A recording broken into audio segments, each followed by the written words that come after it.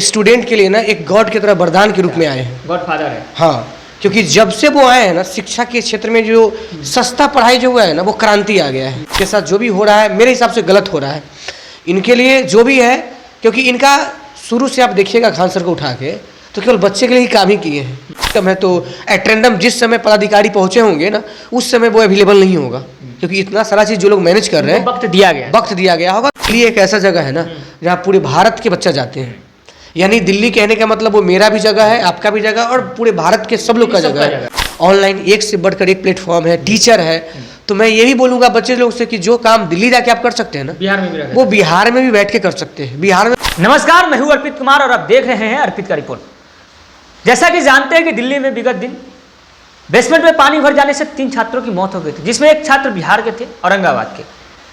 उसके बाद जो है पूरा चर्चा का विषय बन गया। पूरा बिहार ही नहीं, पूरा भारत ही नहीं, पूरे वर्ल्ड मान लीजिए तो पूरा जो है कहीं ना कहीं बवाल हो गया।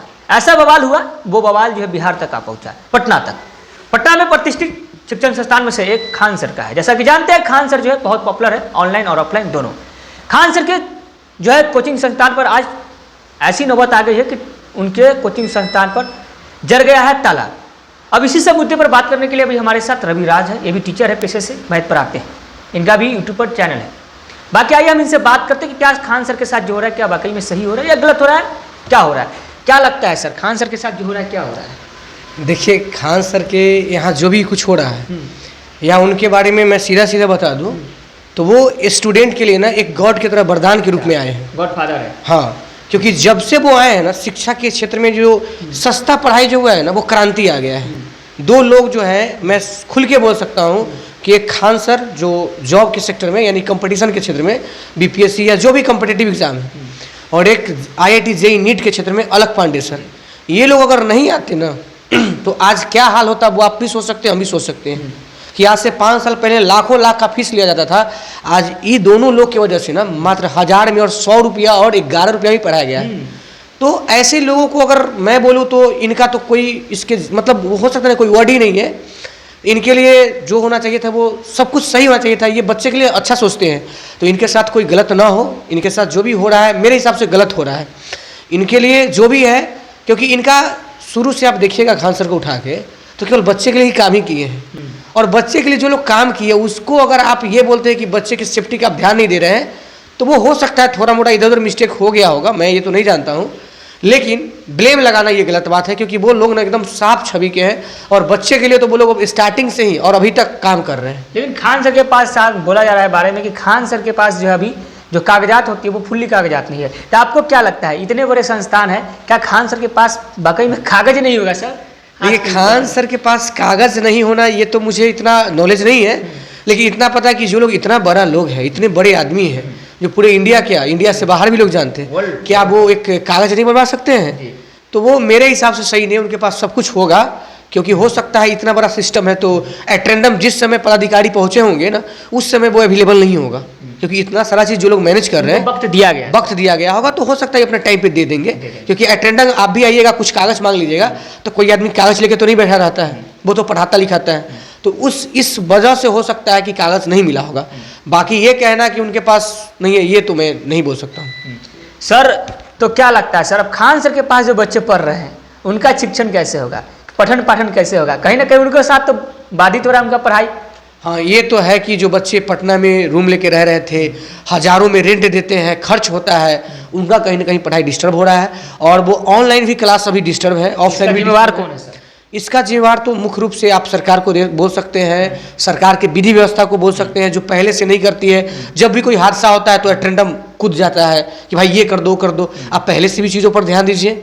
तो यहाँ पे सरकार का एक थोड़ा सा यहाँ पे फॉल्ट है। सर, दिल्ली में जो घटना हुआ, बेसमेंट वाला घटना जो हुआ, जानते होंगे शायद आप, 3 बच्चों की मौत हुई जिसमें एक बिहार की थी। तो क्या लगता है सर, इस प्रकार की घटनाएं कब रुकेगी? ये घटना बहुत दुखनीय है और ऐसी घटना नहीं होना चाहिए। और जो लोग भी देखिए, दिल्ली एक ऐसा जगह है ना जहाँ पूरे भारत के बच्चे जाते हैं।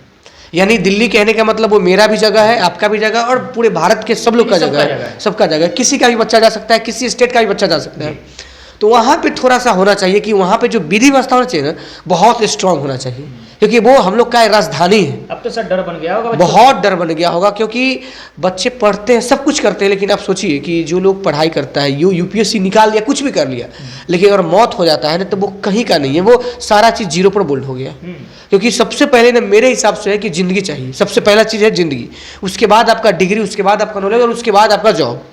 ज़िंदगी तो चाहिए, क्योंकि एक बच्चा हमारे लिए, दो आपके लिए, या संसार के लिए 3 बच्चा है, लेकिन एक घर के लिए वो एक सरकार की तरफ से नहीं होता है कि ये सरकार में कोई प्रधानमंत्री है, तो उसी तरह से एक बच्चा एक घर का प्रधानमंत्री होता है। वो देश का जैसे भविष्य होता है, उसी प्रकार से अपना घर का बहुत बड़ा जिम्मेवारी है। पूरा जिम्मेवारी को संभाल के वो दिल्ली पढ़ रहा है, उम्मीद है कि भाई ये आएगा तो ये बदल देगा, वो बदल देगा। अचानक सुनने को मिलेगा कि वो अच्छा नहीं रहा दुनिया में, तो क्या बीतता होगा उस घर पे, ये केवल उनके घर वाले जानते होंगे, और नहीं तो जो लोग समझते वो जानते होंगे। क्या लग रहा है सर, कहीं ना कहीं अब जो है बिहार के छात्रों में भय का व्याप्त हो गया होगा, डर गए होंगे कि अब दिल्ली जाएंगे भाई, अब दिल्ली जैसे शहर में जब पढ़ने के लिए जाएंगे और वहाँ पर सेफ्टी नहीं है, वहाँ पे सुरक्षा नहीं है, वहाँ पे जो देखा जाता है कि रूम बेसमेंट में पढ़ाई होना, क्या इसको उचित मानते हैं सर? बिल्कुल नहीं, ये तो बिल्कुल गलत है। और दूसरी बात कि जब आजकल के दौर में ऑनलाइन इतना ज़्यादा सुविधा हो चुका है, ऑनलाइन एक से बढ़कर एक प्लेटफॉर्म है, टीचर है, तो मैं ये भी बोलूँगा बच्चे लोग से कि जो काम दिल्ली जाके आप कर सकते हैं ना, बिहार में भी वो बिहार में भी बैठ के कर सकते हैं। बिहार में भी अच्छे टीचर है, और आपको दिल्ली के टीचर से पढ़ना है तो वो ऑनलाइन अवेलेबल है, तो आप क्यों जाएंगे दिल्ली, क्यों जाके वहाँ भीड़ बढ़ा के अपने आप को खुद मतलब खतरा में झोंक देना।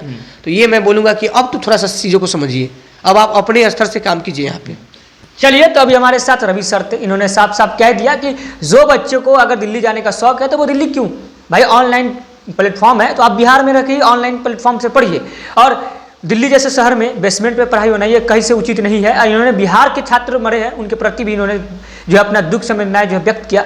बाद में इनके जब पूछा गया खान सर के लेकर, तो इन्होंने साफ साफ खान सर के बारे में बोल दिया, खान सर कहीं ना कहीं शिक्षा क्षेत्र के उन गरीब बच्चों के लिए जिनके पास पढ़ने के लिए पैसे नहीं है, उन बच्चों के लिए गॉड फादर है। खान सर ने एक ऐसा क्रांति लिया शिक्षा के क्षेत्र में, जिसके बाद लाखों सैकड़ों हजारों टीचर ने उनके देख के उनके पथ पारदर्शक पर चलने का काम किया है। बाकी आप क्या सोचते हैं खान सर के बारे में, और क्या सोचते हैं दिल्ली में हुई छात्रों की मौत के बारे में, और क्या सोचते हैं दिल्ली की विधि व्यवस्था के बारे में, और क्या सोचते हैं आप जो अभी बिहार में जो चिंगारी लगी है, जो प्रशासन के द्वारा और अधिकारी के द्वारा जो रजिस्ट्रेशन जो भी होता है, कागजात जो मांगे जा रहे हैं, उसके बारे में क्या सोचना है, सब बात कमेंट में जरूर बताइएगा। बाकी अच्छा लगा होगा वीडियो तो शेयर जरूर कर दीजिए। तब तक के बने रहिए हमारे साथ, मैं हूं अर्पित कुमार, आप देख रहे हैं अर्पित का रिपोर्ट।